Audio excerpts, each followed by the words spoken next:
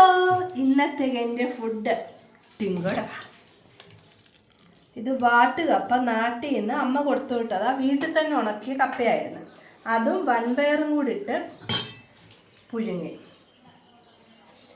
പിന്നെ നമ്മുടെ ചോറ്, അത് ഞാനൊരു ഇച്ചിരി ലേശം എടുക്കും.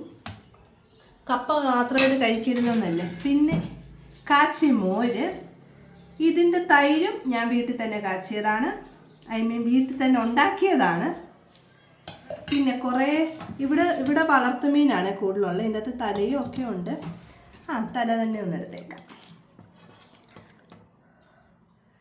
മീനിൻ്റെ തലയും ഒരു കഷ്ണവും ലേശം ചാറും കൂടി ഇങ്ങനെ.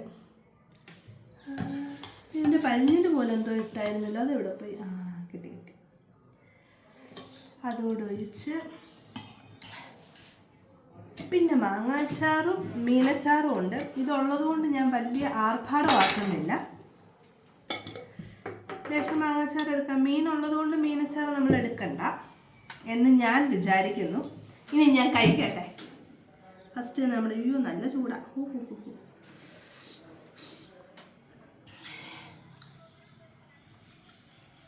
എല്ലാം കൂടെ ബ്ലെൻഡായി വരുമ്പോൾ ഉള്ള ടേസ്റ്റ് അടിപൊളി. ഒന്നും പറയാനില്ല, സൂപ്പർ ഫുഡാണ്. സ്വന്തമായിട്ടുണ്ടാക്കിയ സ്വന്തമായിട്ട് പോയെത്തുന്നതല്ല. മീൻ ഉണ്ടാക്കിയത് ഇച്ചായനാണ്. മീൻ ഉണ്ടാക്കിയത് ഇൻ ദ സെൻസ് മീൻ കറി ഉണ്ടാക്കിയത് ഇച്ചായനാണ്. ബാക്കിയൊക്കെ എൻ്റെ കോൺട്രിബ്യൂഷനാണ്. ഇത് രണ്ടും നാട്ടിൽ നിന്ന് ഇച്ചായൻ്റെ ഫ്രണ്ട് ലീവ് കഴിഞ്ഞ് വന്നപ്പോൾ കൊണ്ടുവന്നതാണ്. ഇനി ഞാൻ വിശാലമായിട്ട് ഇരുന്ന് കഴിക്കട്ടെ. അപ്പോൾ ബൈ.